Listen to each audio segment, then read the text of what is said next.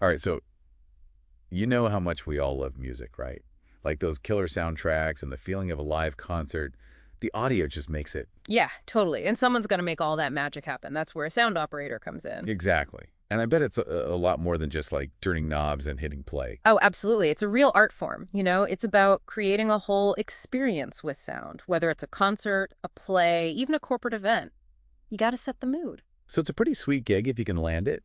And that's what we're diving into today. Like, how do you actually become a sound operator and crush that interview? That's where this career guide, sound operator we've got, comes in handy. It's chock full of insights straight from the pros. Yeah, it's like our cheat sheet for this deep dive.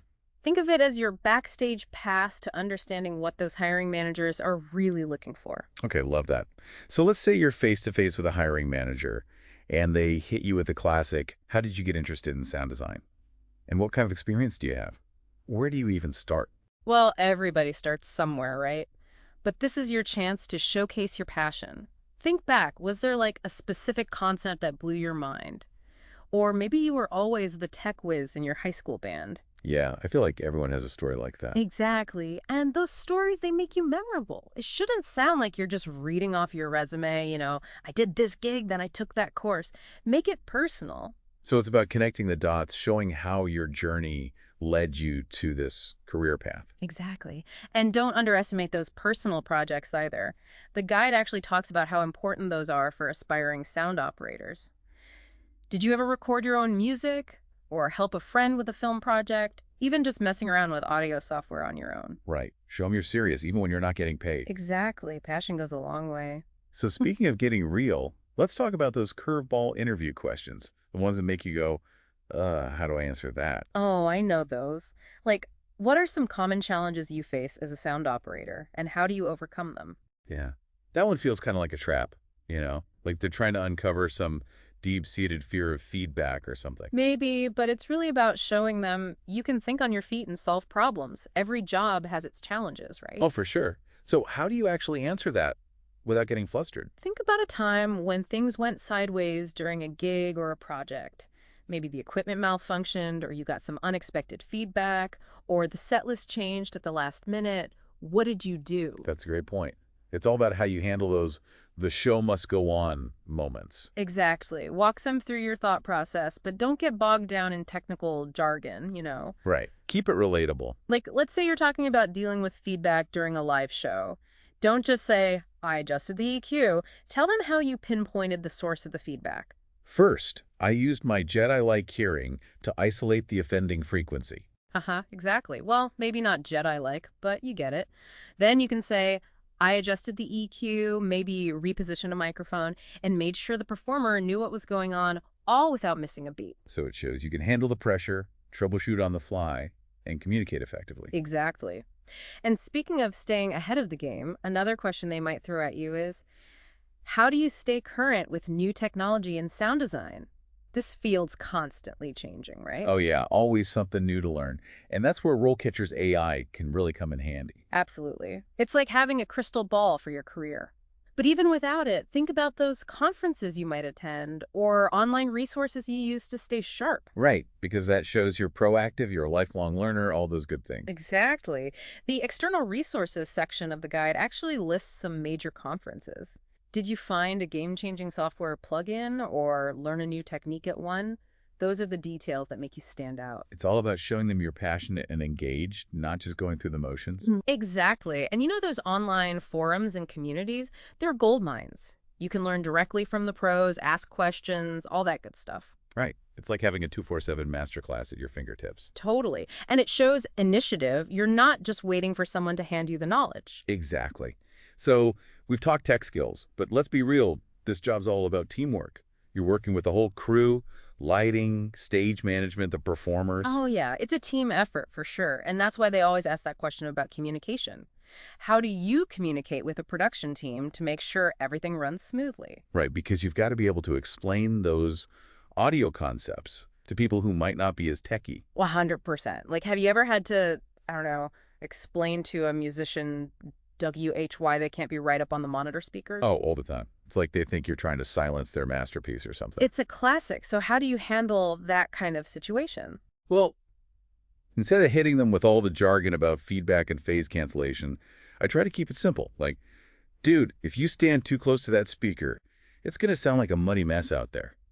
You got to speak their language. Right. And it's not just about talking. It's about listening, too. You got to hear what everyone needs and find that balance. Totally. Active listening. Huge. Okay, so speaking of balance, let's talk about consistency. Because those interview questions will definitely touch on maintaining sound quality. Oh, absolutely. Like, how do you make sure everything sounds just as good at the end of the show as it did at the beginning? Right. Like, how do you ensure that the sound quality is consistent throughout the entire event? Yeah, because that's a sound operator's bread and butter, right? Yeah. Making sure the audio is flawless from start to finish. Exactly. This is where you talk about your process, your sound check routine, how you're monitoring levels throughout the whole thing. And how you adjust on the fly if something changes, like the acoustics of the room or whatever. Exactly. It's Yeah. about being proactive and detail-oriented. Right. Like, you don't want to be caught off guard when the music dies in the middle of a set. Speaking of which, how do you think you'd answer this one? How do you approach troubleshooting sound issues during a live performance? Oh, man. That's the ultimate test, right? When something goes wrong and all eyes are on you to fix it. Talk about pressure. But those are the moments that really show what you're made of. So how do you ace that question? Stay calm. That's the key. Show them you have a system. Like, first, I isolate the problem. Is it the microphone, the cable, the mixing board? Detective mode. Audio detective to the rescue. Love it. Once you've found the source, then you can start troubleshooting. And of course, communication is key here too. Yeah. Got to keep everyone in the loop. Right, because nobody likes a silent stage for too long. Exactly. Okay, so we've covered technical skills, problem solving, communication, but there's one more thing that's super important for sound operators. What's that? Versatility. You might work on all sorts of events, concerts, theater productions, corporate gigs, you name it. Right, so how do you adapt your skills to all those different situations? That's going to be a common interview question, right? For sure. They'll want to know about your experience with different types of sound design. What's your experience with sound design for different types of events? Something like that. And that's where you get to show off your range. Exactly. Don't be afraid to talk about projects that pushed you outside your comfort zone, even if they weren't typical sound operator gigs. Like that time I tried to create a surround sound experience for my friend's dog's birthday party. Hey, why not? It's all about experimentation. Yeah. And the tools you'd use for a rock concert are going to be way different from what you'd use for, like, a corporate presentation or something. Totally. Each event has its own vibe, its own technical needs. That's where passion comes in. It's not just about knowing how to use the equipment, it's about using it creatively to achieve a certain sound. So when they ask about your experience with different types of sound design, what they really want to know is, are you adaptable? Can you handle anything they throw at you? Exactly. Don't be afraid to talk about those projects that challenged you, even if they weren't traditional sound operator gigs. Yeah, like, don't be afraid to geek out a little. They'll appreciate the passion. For sure. And speaking of geeking out over resources, let's circle back to RoleCatcher for a sec, because that interview guide, sound operator we mentioned earlier, is seriously clutch for interview prep. It's like having a secret weapon in your back pocket. Totally. And one of the coolest things about it is the AI. It actually helps you tailor your answers to each specific job you apply for. Oh, wow. Okay. So it's not just generic interview advice. No, it's way more targeted than that. Like, let's say you're applying for a gig that requires experience with a certain type of mixing console or software.